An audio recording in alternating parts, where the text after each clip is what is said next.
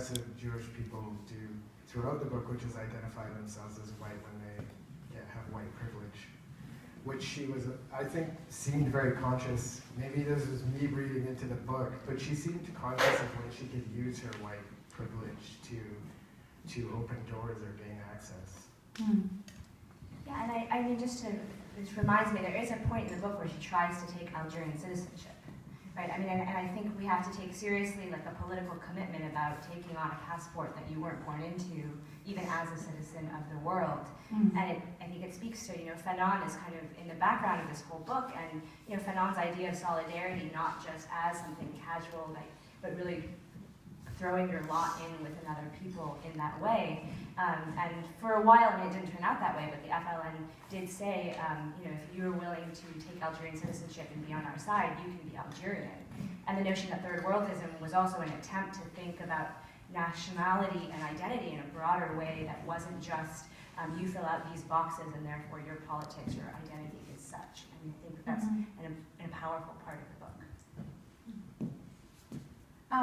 I wanted to talk about, or ask a sort of broad question about, coming back, I guess, to this idea of the intimate history.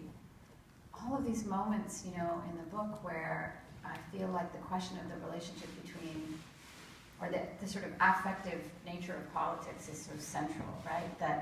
That politics is so personal, that this is about friendships, about relationships, about love stories, about affairs, that we get this kind of sense that politics can't and doesn't happen without all of these interpersonal relationships. It's another maybe contrast to a lot of the kinds of histories that we might maybe see in a biography or an autobiography, but not so much in histories of these political movements. And I guess it's connected to her being a woman in some ways, but she's also choosing to give us these kinds of details about these people's lives. So it's kind of a broad question about your responses to what we learn about these movements in this book that we didn't know already, and whether or not the personal side of this story is illuminating as far as the political change over time, the evolution, devolution of these movements. Any thoughts that you might have on that? Adam, do you want to say anything about that? Whoa. A lot of feels in this book. It's the feels, yeah. I've been trying to figure that out, actually, because first of all, it's been a while since I read about the Black Panthers. I've been in Slovenia. I was in Slovenia for a really long time, and it seems very distant from what I was studying there. But yeah, I mean, again, I guess for me, it was nice to see, it was interesting to see, because the only thing I'd read from Cleaver before was Soul on Ice, and that's a very difficult book to read. And I've never read anything. It's funny because I have more or less consciously never read a white person's take on him, just because I was terrified of what that would look like. Which is a decision I've been making throughout. It's always problematic having white people read about people you idolize, because you never know what you're going to come away with, right? Which is a strange thing for an academic to say. But anyways, which is to say that, these, I suppose, having switched into anthropology, I'm much more aware of feelings and thinking more about, ethnographies and participant observation and the ways in which feeling comes into and is taken into account, some particularly in good ethnography, the way I see it, or autoethnography. I feel like it's an indispensable part of creating a bigger picture of what's going on in ways that actually are interesting and that you can access on a more human level. Because I think the tendency, one of the things that I find coming out of history is more attunement to the little things in an event. As a historian, we're sort of encouraged to collect facts on something and to know it.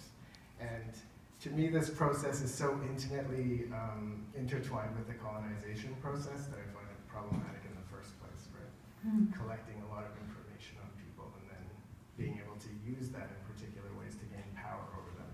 So for me, evoking all these feelings and, all these personal dynamics between her and the different characters. Yeah, that's what made the book actually very interesting to me. One of my favorite lines, and this is actually an illustration by Anastasia Elisiva from an article that excerpts part of the book, is this line, you know, the line where she's, one night, Fanon and I went dancing, I started reading the book and I thought, oh, this is just a totally different kind of account than I've ever read. And yeah, there's sex in this book, there's relationships, there's her complicated, like, moral non-judgment of certain kinds of things that, I don't know if it's from a 2019 perspective or just whether she can't pronounce on things. I mean, the way she just responds or doesn't to, I don't know, murder, rape, some of the kinds of things that happen in this book. Yeah, I just wondered if you guys had thoughts about that. No, I wanted to make a comment on Yeah. the previous question, which I really like, because this is how, this is how I associated with the book, those personal relationships and how they shape politics. Because this is how I witnessed the making of politics in a place like Lebanon. Mm. You know, being there 70s, 80s, with the presence of the PLO, so there's kind of, you know, something common here, a revolutionary moment unraveling in front of your eyes. And this is how, for me, and this is why when I came to Canada, it took me a while to understand what politics means. It's a completely different system from what I was used to. And this is what I'm used to. So these are the details I kind of connected with really strongly. And again, not just connected. For me, yeah, this is how things happen. So it's kind of, again, where you come, where you are connects you to the book in a different way. Taryn, did you want to say anything about it? I don't think I have anything to say. Oh, okay. You looked worried, so I just didn't know. Just if you haven't read it, you should, because all the feelings, and yeah, this is what makes it an intimate history, right? And the babies and the families and the different Lots and marriages. lots of babies, Yeah. yeah. I mean, there's The children in this families, book in the yeah. way that, I mean, there is a kind of special status that children have in histories of the war and of Algeria. I feel like there's a kind of way that children get figured in representations and photographs and all of that kind of thing. So the next thing I wanted us to maybe think about as a group is the question of the radical spaces in this book. And when I was thinking about this, I was thinking about, you know, everything from, you know, Oakland and the kind of site of the headquarters of the Black Panther Party to, this is an image of Stokely Carmichael in a restaurant in Algiers. What have I got here? Oh, this is the Rue Viviani, I think, where the I can't remember which thing this is now. It's one of the Black Panther sites in the city of Algiers. And this is an issue of the Black Panther, Black Community News Service of Panthers in Algiers. This is a photograph that I find incredibly remarkable from, I think it's from the period of the Pan-African cultural, the gathering, and and then this is the Afro-American Center in Algiers from the outside, and you can see the sort of the center and then the street that has, of course, that kind of French vibe in terms of the architecture. And then that's the It's called the Afro-American Center. It's not totally in English. Yeah, that contrast between this. So yeah, I guess it's sort of a broad question about spaces from, you know, the United States to Europe to parts of Africa to the actual sites and spaces, the homes, the apartments, the attention to the kind of detail of where she lives, where other people live, a sense of home that's kind of dislocated from actual physical spaces and buildings. Whether you all had any thoughts about the way that the book moves across spaces and how from the very, very intimate to the transnational, and how that illuminates how we might think about politics in this period. Yeah, one of the things that really struck me was how radical politics has a different affect at least coming out of the US, coming out of France, and then coming out of Algeria, in the way that when the Black Panthers get to Algiers, right, it's very jarring for Algerians. And there's great footage of the Black Panthers in Algeria on the streets, and Algerian kids asking them questions, and being shown guns, and not understanding kind of exactly the mode in which revolutionary masculinity was being played out. And even though this is kind of an Algerian-American story, right? I mean, Elaine Mokhtefi has to go to France at multiple occasions to get a car, to try to fake passports. She meets with Simone de Beauvoir. So the Franco-Algerian connection is also very important. And there are misunderstandings on all three sides about what it means to be in a revolutionary space. And just looking at that picture of the Afro-American center, I mean, there have been hundreds of thousands of people on this street yesterday out protesting against the same regime that, Bouteflika comes up in this book, and Bouteflika is in power right now, and people are protesting against him. So there's a kind of also, in not only spaces, but temporalities of revolution, and the way that they've taken up revolutionary slogans from this period. Yeah, we'll come back to that, yeah. I was just really struck by the ways these global, it was just a good reminder to me about the Cold War and how